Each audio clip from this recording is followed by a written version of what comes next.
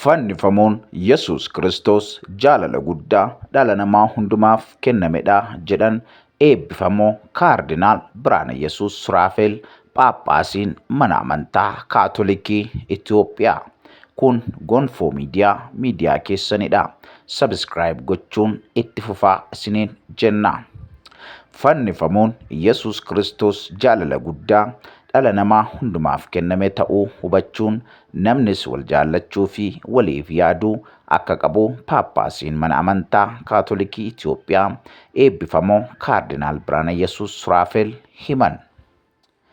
Guyyaa yaadannoo fannifamuu Yesuus Kiristoos manni amantaa Kaatolikii Itoophiyaa sirna hafuuraa guddaan kabajjeetii jirtis jedhan. Ayyaanicha eebbifamoo Kaardinaal Birhaane Yesuus Suraafeel dabalatee abbootiin amantii fi hordoftoota amantichaa hedduun hirmaachuun mana amantaa Kaatolikii Lidataa Maariyaam keessatti ganama irraa eegaluun sirni amantii fi hafuuraa garaagaraatiin kabajuun ibsameera. Hordoftoonnis guyyaa kana sooma kadhannaa fi sagadaan rakkinaa fi du'a Yesuus Kiristoos yaadachaa akka jiranis eerameera.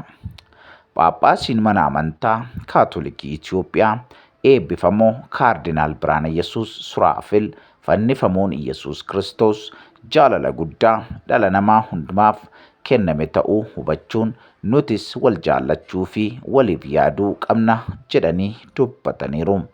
Akkuma Yesuus Kiristoos fannoo irra taa'uun diinota isaaf araara kadhate nutis har'a nageenyaa fi araara biyya keenyaaf dursa kennuu qabnas jedhaniiru.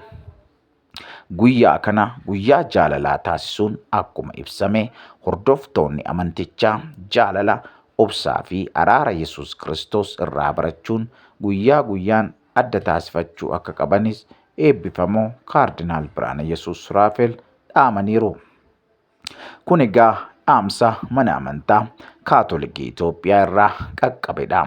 Egaa hundumti keenyayyuu akkuma jedhame jaalala Yesuus Kiristoos fannoo irratti nu agarsiise sana osoo miidhamuu osoo reebamuu egaa waan godhan hin beekanii yaa abbaa dhiisiif jedhee dhiifama godheef sana nutillee waliif dhiifnee jaalalaa fi tokkummaan akka waliif dabarsinu akka waliin dabarsinu ayyaanichallee akka waliin dabarsinu gamanumaan isiniif dhaamna.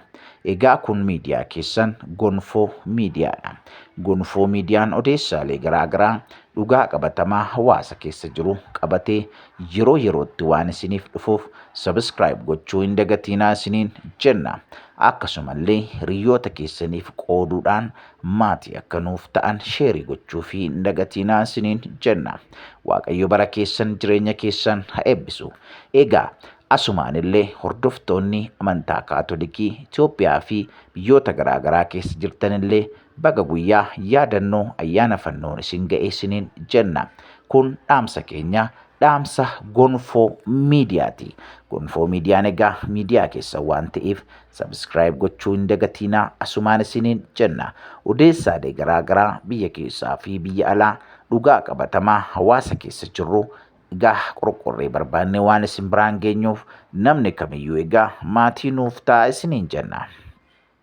Akkasumallee egaa ayyaana kana yeroo dabarsitan namoota waan nyaataan hin qabne yaadachuudhaan waan uffatan hin qabnes yaadachuudhaan egaa bakka jirtanitti ijoollee haadhaaf abbaa hin qabne akkasumas immoo egaa namoota waan nyaatan hin qabne daandii irratti kufanii jiran yaadachuudhaan gargaaruun akka waliin dabarsitan gamanumaan isiniif dhaamna.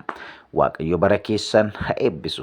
Namni kamiyyuu egaa nama rakkata ollaa isaa jiru gaafachuudhaan barbaaduudhaan birmachuufiin akka waliin dabarsuu gamanumaan isin yaadachiisna.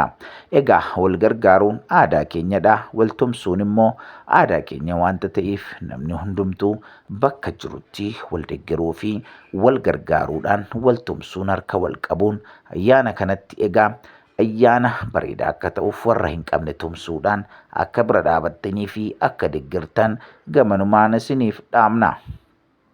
Dhaamsa miidiyaa keenya gonfoo miidiyaa keessan kan ta'e immoo egaa akkasiin hin daganne nuyyuu beekna amantaa isinirraa qabna waanta ta'eef ammumaa jalqabdanii ayyaana kanatti deeggarsa barbaachisaa akka waliif gootan akka wal tumsitan gamanumaan isiniif dhaamna. Waaqayyo bara keessan jireenya keessan haa eebbisu. Kun egaa miidiyaa keessan Gonfoo miidiyaadha. Galatoomaa isiniin jenna.